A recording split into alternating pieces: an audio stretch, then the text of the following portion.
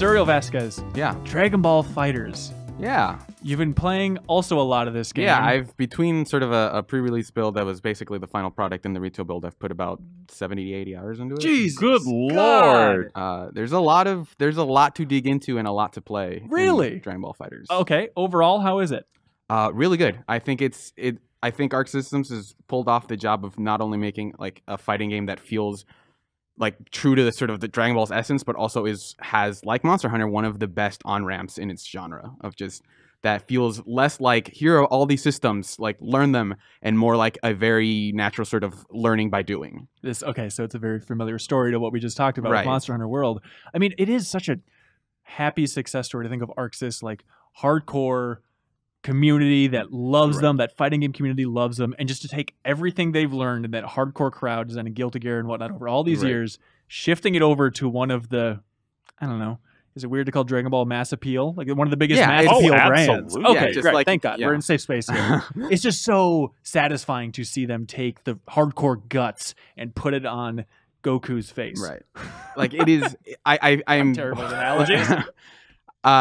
It's really cool because like you always think like, oh, here's a licensed game and it's got a lot of fan service, fans really like this, but you play the games like, yeah, I kind of just play the game to sort of get to the part where Goku and Vegeta keep talking to each other or whatever.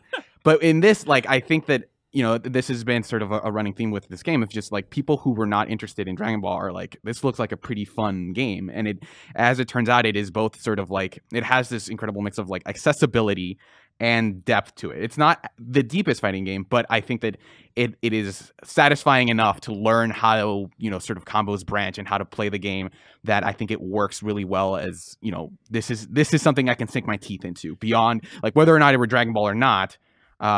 This is a fun fighting game, and it also happens to be like this incredibly good looking game that is also super reverent to Dragon Ball. And I feel like it also works vice versa, where all the Dragon Ball fans have been waiting so many years for a great Dragon Ball game. There have been some that people defend, and there are some solid ones, but just to have this one now bring them into the fighting game arena. And so how's the tutorial in general? Is it just throughout the story mode? There's there is sort of that simple tutorial of like, hey, you can move back and forth. Here's how to do a special attack. Here's how to do. Is that just in the story mode? Because that's just what no. I played, They're straight up like it is you can do like 10 trials per character of just here's Goku's auto combo where you just mash square buttons and then at the end they'll give you like a short simple combo that kind of shows off what he can do. It's nothing super intricate, because it kind of leaves you to find that stuff on your own of just like putting these different pieces together. And it's a lot of Goku's voice going, like a duck to water, you've got it. Yeah, he so says like duck to water a lot. in the story mode tutorials they do, but in those character trials it is just like, okay, you know how to mash square, you know how to mash triangle, but can you do a Hadouken motion basically? Yeah.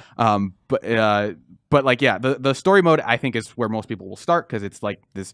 It's actually surprisingly kind of long. It took me about 20 hours to finish it. 20 hours. So I mean, I don't Story mode. I'm not always 100% sort of like, oh, I'm going to turn it off as soon as I'm done playing, but like maybe an hour or two, like give or take an hour or two. But it was about 20 hours long. Isn't that absurd for a fighting game? It's pretty long. Yeah, it's like, and just to give you a rough estimate, I went and skipped all the cutscenes and just basically made a beeline to the boss, which I'll explain later. But even that, like skipping all the cutscenes and basically trying to mainline as fast as possible, it was about 6 hours. I want to get into the story in a bit here, but just the actual structure of the story mode is really bizarre. Starting it, I had no idea, even after going on that cover story trip, that it was going to be structured in this way, where there's a grid, like a world map and a grid, and you're moving this icon around.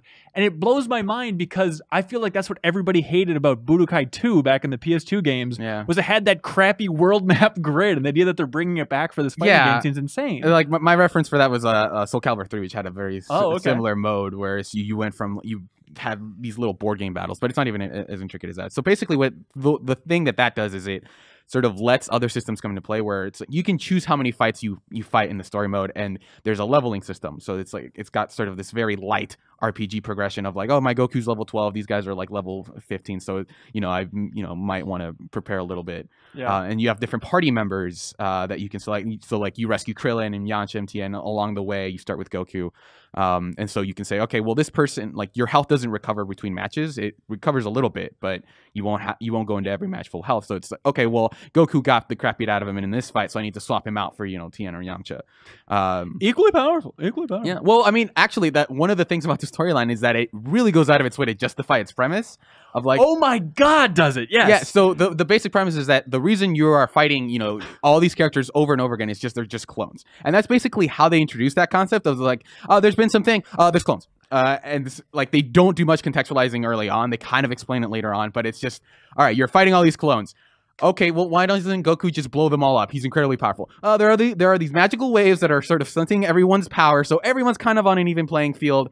If there's you the player are a character in this world, and you take control of the characters one by one. So that's how they justify like only the person who is being controlled by the player character is super powerful. So that's how they say like, why don't we just gang up on them? It's insane. It's respectable that like this entire story and the structure, it is all gameplay focused, like working from gameplay out, which normally with game design I think is a good way to go.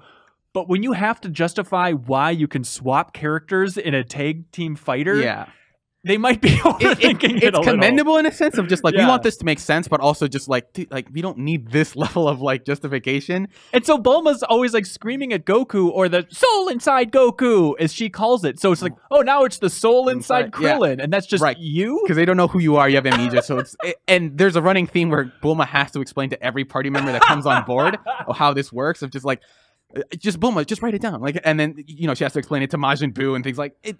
That's sort of the plot overall is like, whatever. It's like a filler arc. It's not great, but the fun part is sort of the random conversations you have between characters. Yeah. So one of the reasons you do want to level up your characters is because there's like social link stuff where every 10 levels you unlock like an extra conversation with like Goku or Krillin or whatever. Anybody can talk to each other? No. It's just you. It is you, the player, talking with that person. Of just like Goku's like, hey, you've been doing pretty well out there. Oh, one on one. Yeah, and they tell you like little facts about themselves. But even better than that.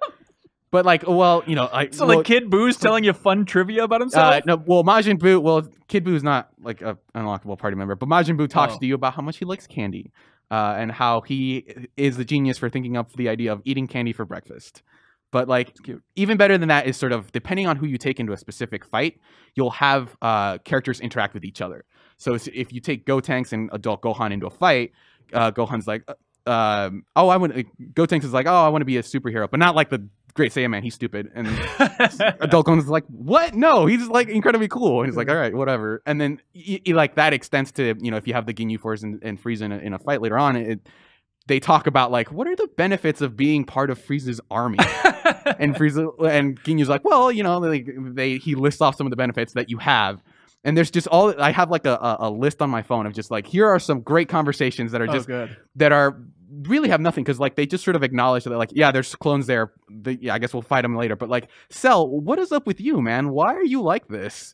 And like these conversations are really fun. Like they're not, you know, like incredibly like well written, but they're fun enough to where like they were the main reason I kept going through that game. It is from my time with the story mode so far. That is my overwhelming sense is like, even though the story itself is bizarre, like you mentioned, it starts out with, oh, there's a soul inside Goku. Bulma's confused, but we need Goku to be powerful because there's all these clones. By the way, there's clones of every fighter in the world. Also, Frieza and Cell are back. Like, it's just like a top thing. It's like, what? Right. This is game changing. It takes place in the Super timeline, you know.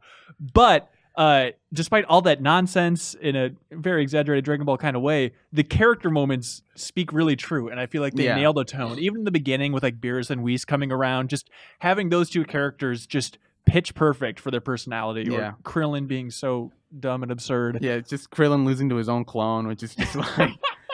geez, Krillin, come on. A lot of weird tension with his marriage in regards to 18. And it's like, oh, it's a husband's job to defend his wife, and like, all this weird. And there's like the 18's like, I'm way stronger than you. What are you doing?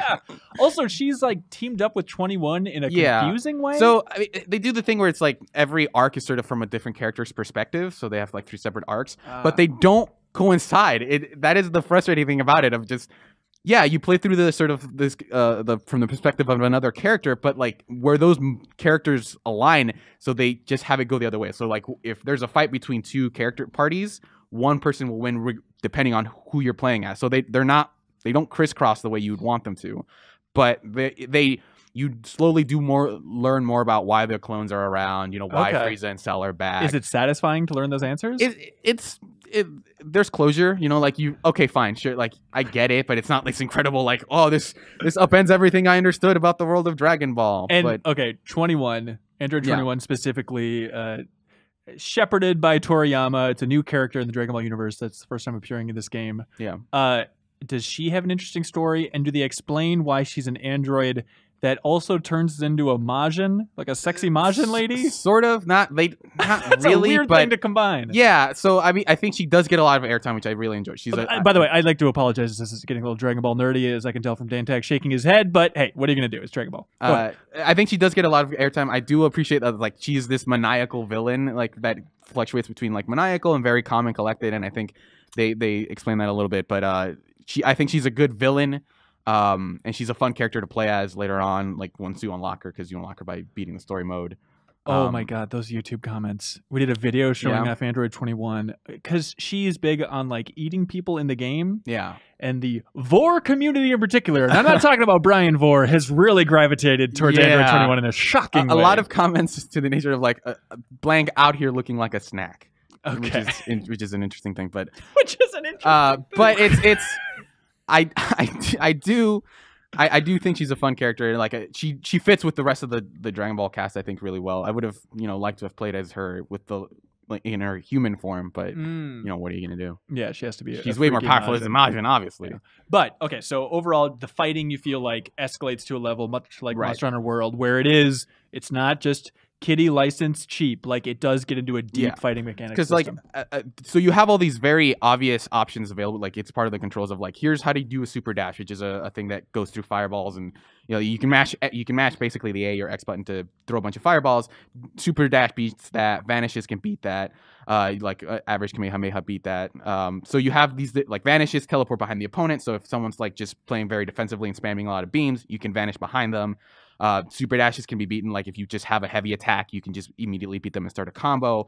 There are all these very flashy looking options that you want to use because they look cool, but also they teach you. That's sort of what I talk about by learning by doing. Of just like as you learn, like okay, he's gonna do this, I should counter with this. Yeah. It is a very simplified version of like. Because a lot of times in fighting games, you don't know which moves are the best ones and for what situation. You don't know that a crouching heavy attack is like a good for stopping, jumping opponents, and crouching medium is good for a far-reaching move. So these options make it a lot easier to figure out what you're supposed to do when, which I think alleviates a lot of the frustration of like, I have no idea what I'm doing. I don't know what I'm supposed to be doing. And so when you lose, you think about, okay, well, they were doing this, so I guess I could have just vanished behind them. So they make it a lot more fun to just learn the game by playing more matches. So you're optimistic. I mean, can you frame this? Is it one of the best tutorials or like on-ramps in years for fighting games? I think it is there in that sort of the auto combos, which is the sort of the first step to you just mash square and you mash triangle. But the thing that they do really smartly is that you can mix those two. So you can mash square and then start mashing triangle, and then that'll give you like a slightly better combo. Okay. But then some characters have sort of combos that you sort of want to start even at a slightly higher level with the auto combos, because they have like moves that only work when you press the square button like 3 times. They'll get like a special move that does something specific, and then okay, now I want to combo with like light, medium, heavy, jump, cancel, light, medium, and then like start doing some of the more complex stuff, and you start mixing that stuff in. So forgetting specific button presses, I'm just trying to get a sense, like if Dragon Ball fans jump into this game, you're optimistic they're not going to be turned off and scared away from getting into the high level fighting. I think you will reach a point where you run out of things that are intuitive, of just like, all right, I know how to do, specific button presses. I know how to, like, I've figured out how to do a double jump mid combo. I can extend combos if I vanish at the end of them, or I can start combos with a super dash, which are all stuff that is in the game itself. Eventually, you are going to have to get to the point where you watch someone play the game, that is much better than you, and you realize, oh, they're doing this, specific thing, and that's making the combo even longer. So I think, like fighting games are kind of an unintuitive genre almost by definition, because they're not designed the way a lot of other genres are. You kind of have to learn that specific language. But I think Dragon Ball, is as good of a starting point as we have yet. Really? Okay. With fighting games, of just like, here's a fighting game that lets you sort of slowly transfer from auto combos, because the thing that frustrates me about auto combos is that a lot of the times they're kind of useless. Okay. In that, and so it feels like, they're an option if you want those, but if you actually want to learn the game, you're going to basically have to relearn everything. So do you think this game's going to hold up to the highest level of Evo? I think it'll be up there. I think it'll be a good competitive game for a while. I don't think it is the most in-depth. Like, you know, these guys make Guilty Gear, and like that's, I think, is a lot more deep. A lot of the characters play this like very similarly, which I think has sort of pros and cons of. Yeah, if you want to play as your favorite characters, you can, because a lot of them do play the same, but they all have like enough deviations that make them interesting. But that also means that, you know, when fighting games, a lot of the joy is like, oh, if you go from Zangief to Dhalsim, you're basically learning a whole new game. Yeah. So that isn't as present here, which, you know, is sort of a knock against its depth. But I think that it works here because people don't want to have to relearn the game. They want to play as their favorite Dragon Ball characters, right? You know, like if I want to play as, you know, Majin Buu and Android 21, whoever. Like I can do, yeah, I want to play as those freaks. Speaking of specific characters, out here looking like a snack. Jamie, it's so weird to me that this game, it has Gotenks as a character, not Kid Trunks as a separate character, adult Trunks. So that means that they cast Laura Bailey, one of the greatest voice actors in the industry, to only play the Gotenks half of a voice, which is such a weird use of such an extreme talent. Not that, you know, they're going to tell a storyline focusing on Kid Trunks that's going to make us cry or anything. It's just bizarre to think about. Right. Yeah. They have to have they have to have some sort of contract. It was like, we'll just pay you a bunch of money. And she's like, all right, I guess if I want to do all these lines where I try to sync up with this other voice actor, I guess that's fine. I see you've read contracts before. We'll just pay you a bunch of money.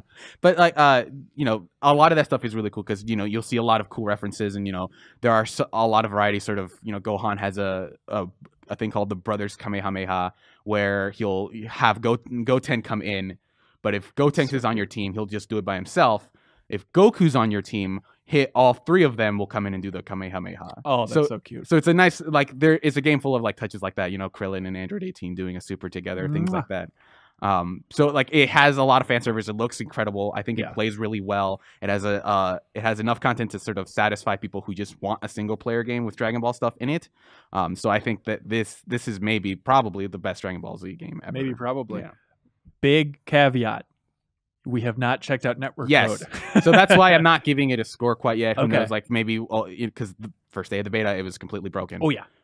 So and there's a couple of online features we haven't seen. But you can run around in the lobby. You know, it's like a world tournament kind of thing where it's like all the menus are different spokes, but you can play as Casual Piccolo, which is just him when he took the driver's license test. It's a little chibi avatar, and he has backwards cat that says Goku with 2 U's. That's fantastic.